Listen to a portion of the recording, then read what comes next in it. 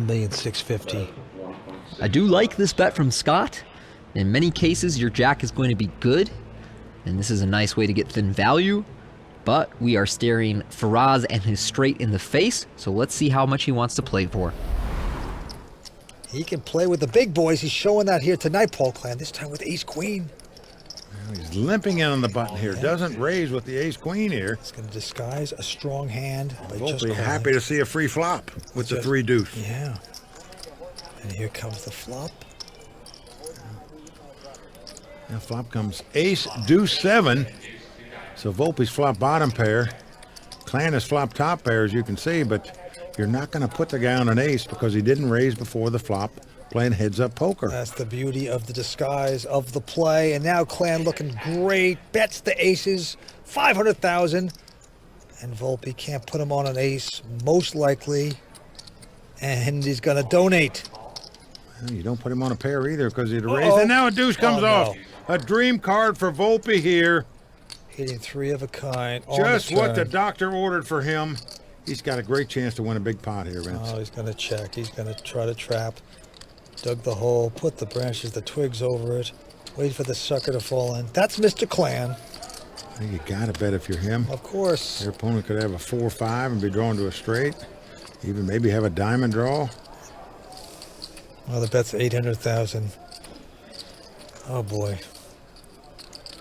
Here comes the fly trap. Yep, all in and a quick call. Well, all in and called. And look, Clan was getting up to raise his arms in victory. Now he's sitting back down, realizes he's got to catch an ace to win this pot. Otherwise, Paul Volpe is going to have a 5-1 chip lead in this heads-up battle. Incredible turnaround right here. Certainly is. Are the ducks quacking? Let's see. Yes, they are. 6 comes off on the river. A huge double up by Volpe right there, and he now takes a commanding chip lead in this heads-up battle. Well, Aaron played so conservative in the beginning, but now he is going to a different level and looking good. But back to this hand. Tom is just going to call Aaron with a pair of 3s, not going to raise it. So we're going to see the flop. Jack 7 versus the 3s, and the flop is a ace 8-7. So Tom getting the 7s there. He's going to check. They both check. Now remember, he showed a bluff. Oh my goodness, there's a 3. Look at this. And he showed Marchese a bluff last hand. But surely Marchese can't lose too much money with just a 7 here, not against Aaron, right? Betting 20, and there's a raise by Aaron. But see, he splashed the chips in. He didn't put them, set them in front. The one thing I've noticed watching Aaron Ogus play is when he bets very quickly and he takes the chips and splashes them in there, throws them forcefully in there, he always has it. And I think the pros are kind of onto that. Okay, you're seeing a little tell here. Marchese's going to stick around. King on the river. That should save Marchese because he can only beat a 9-10 or a 6-9 or just a pure bluff. Quick bet of 125. There it is, another quick bet. He did not push the chips and he splashed them in again. I think Marchese has an easy fold here. I think he's going to see right through him and fold this. And he's going to call, maybe because he showed him that bluff the hand prior. A little tilty tilt. Yeah. Sometimes when someone shows you a bluff, you're like, all right, I'm going to call him down. And Marchese, this was within seconds of the bluff the last hand, and I really think that Brandon here going to raise up a king jack of diamonds to 1,700. Ben not going anywhere with king 10. I think you and Brandon are the only ones hooked here. Hooked? What does that mean? Stuck. Are you me? Stuck. Gotcha. He told me that already. So heads up. And the flop, ace, jack 7. Brandon hitting jacks. Bets out small. Ben with kind of a borderline decision here, holding no heart. Decides to call with his gut shot. Turn is the queen of diamonds, and Ben drills the straight on the turn. Check. Brandon checks here. He's got a gut shot to go with his 3rd pair.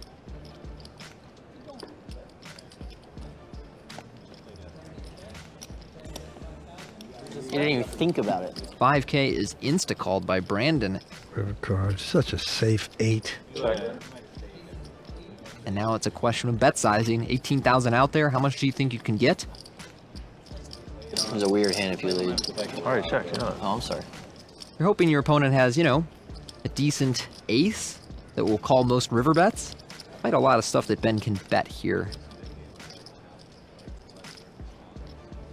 So yeah, 14,000 looks good. Yeah, that's going to shake Brandon out of there. It's a good place to put it. Back on Nick Papello. Look at this. Pair of queens he wakes up with. Makes it 125. Blinds at this point are 25 and 50. Bunch of folds. Let's see if he gets action. Austin with an ace-10.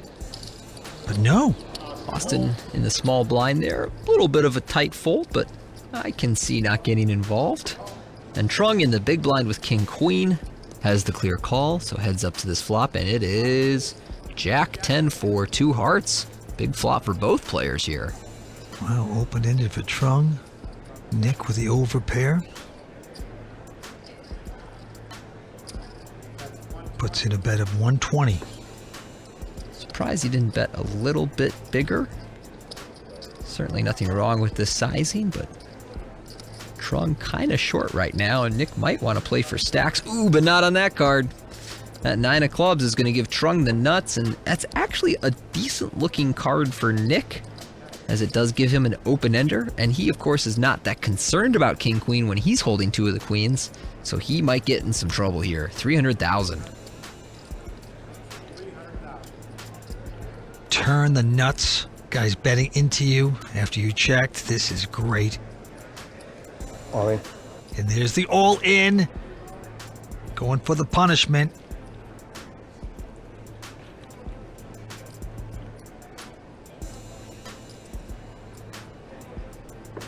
It's an additional $1 million to potentially be saved, but now the action clock is ticking away. He's going to take a time chip out to give him an additional 30 seconds.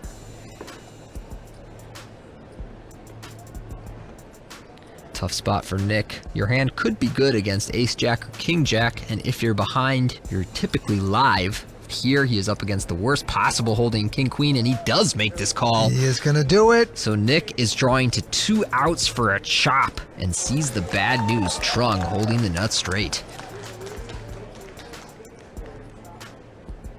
7 of hearts on the river. Poor Nick with the queens.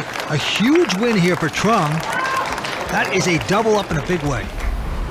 Play online poker for real cash and prizes at WPT Global. Sign up for free today using bonus code YT25 and get a $1,200 deposit bonus. Ace-queen suited for Kathy Laney. She raises to 4,000 with the blinds at 8 and 1,600 and an ante of 200. Action folded around to Dan Coleman in the big blind, and he will defend with 7-4 suited.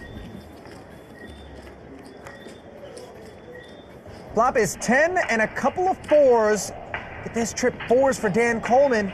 Like we said earlier, he's on a tear, but Kathy, after having a check to her, will certainly be betting with the nut flush draw, 6,000. She bet very quick. I wonder if Dan is going to pick up on that and just raise now and try and make this pot bigger. A lot of people would check call. I think he might see something. And there you go. It is a check raise to 14,000. Time tells, as we like to call them. He makes it 14,000 under the assumption that he won't lose his opponent because she demonstrated strength with the speed of her bet on the flop. Correct.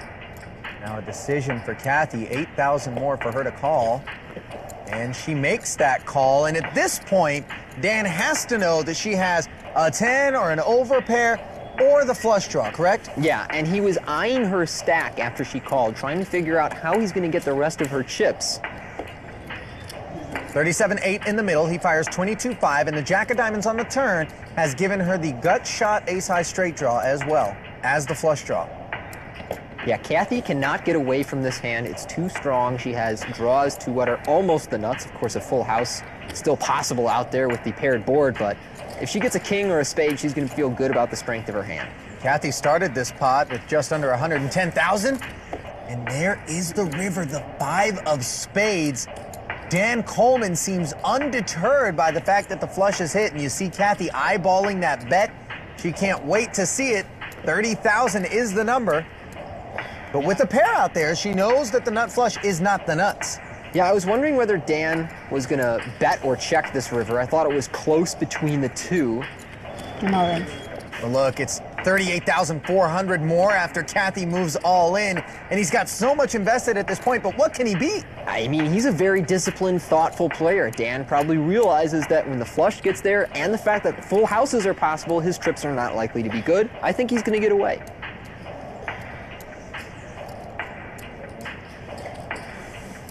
And indeed, that's exactly what he does. Doesn't mean he has to like it, though. No. Weren't expecting that, kid. Punish the young wizard, you know? The kid Looks at a couple of deuces and opens the pot, limping in for 1,000.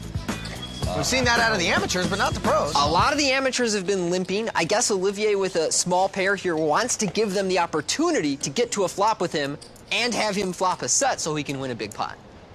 This is a dream situation. Olivier finds himself up against the two amateurs at the table. Here is the flop, ace, queen, deuce. Olivier with a set of deuces. Tony with the gut shot Broadway draw. Air for Michael Singh. An ideal situation for Olivier here, who has flopped a set in position on a wet board against the two amateurs. Both Tony and Michael check it to him, and he quickly bets 2,000. Tony not going anywhere with his draw. And Michael, we're proud of him. He's folding. First for him. Down to heads up as we look at the turn. It's a jack of diamonds. Wow. Disaster card for Olivier as Tony has made the ace high straight and checks it. And there's just no way that Olivier can put his opponent on the straight here. He drew to a gut shot. He was fortunate to catch it. And now Olivier is going to bet. And assuming that Tony raises him, there's no way Olivier gets away here. Well, the bet is 6,000, and Tony is fumbling through his chips, trying to settle on a number, and just 12,000 is the amount of the raised. It's a check and min raise, which coming from an amateur is a sign of real strength because you're putting more chips in the pot and you're saying you don't care if your opponent calls you again. So Olivier here, likely alarm bell sounding in his head, but he doesn't know whether his opponent is strong because he overvalues two pair or because he's strong as a result of the straight he has. Bousquet calls the 6,000 extra, and here comes the river. It's the four of hearts. Tony's still with the best hand. And how much is he gonna bet? Oh, he's not gonna bet at all, Tony. He's checking. Yeah, he's been very slow play heavy with his strong hands. Now it's a matter of can Olivier check behind? Almost impossible. And he is going to put Tony all in. Tony quickly makes the call. Three deuces? Right. Nice hand. Very nice. Nice hand, Tony. Very nice. How much? Wow, not what you expected out of the amateur seat. No, not what I expected, though I can't blame Olivier for putting him all in on the river. He had about a pot-sized bet left. Olivier thinks he's still got the best hand, but Tony successfully trapped him. And it really no way for Bousquet to get away from that cold deck. Very nice hand. Play online poker for real cash and prizes at WPT Global. Sign up for free today using bonus code YT26 and get a free entry into a $100,000 guaranteed tournament. Seductive 9, 8 of spades. Gotta love that. And he's gonna make it 600,000 to go. But Scott with a queen jack of spades. I'm a little surprised Scott didn't move in pre-flop. They're just over 30 blinds deep. Queen jack suited is a very good all-in hand. Instead, he elects to call, and both players flop big on King, Jack, 7, 2 spades. 4 flush for Scott and the jacks, and a 6 on the turn. Now, that gives open-ended for Faraz as well, but this could get very expensive. Here's a bet. 800,000 by Scott, who's out in front with the jacks and the 4 flush. Surprising check behind from Faraz on the flop. Of course, he will continue now on the turn, and he will drill a straight on the river. Unbelievable. No spade, but just the perfect card for Faraz Jaka, hitting his straight. And he's got Scott betting. Wow. 1,650,000. I do like this bet from Scott. In many cases, your jack is going to be good. And this is a nice way to get thin value, but we are staring Faraz and his straight in the face, so let's see how much he wants to play for. 10 seconds for Faraz. All in. He wants it all. He wants it all. Now the question is, will he get called? Scott lets it go. Yeah. Second pair, no good facing that all in. Faraz finds the card he needs on the river. Maybe Takes he down. tells the truth everywhere, but at the poker table, this guy is a bluffer. He's a liar, and that's why he's so good. Back to the game we go. First to act is going to be Hugo. He's picked up a nice ace-10. Very strong hand in a four-handed poker game. Certainly everybody going to raise with that hand. Hugo does so. Takes it 65,000. Now Byron quickly folds a pair of threes. Oh, and Matt Waxman picking up 2 jacks. Another big hand for him. Yes, it is. He's earned so many of his pots here tonight, though. Check raising with air, betting with jack highs. But here he's got the real deal, the 2 jacks, and he's going to 3-bet it to 170,000. Frederick. He's the amateur French player that's gone to work every day this week. Still here with 4 players left. Incredible. He folds his hand, and Hugo needs to see this flop. He is called. Ace-10 up against a pair of jacks. Oh, wow! 3 Well, 10s just like that, Mike. Well, this is just what Hugo's looking for. Matt's going to check his 2 jacks.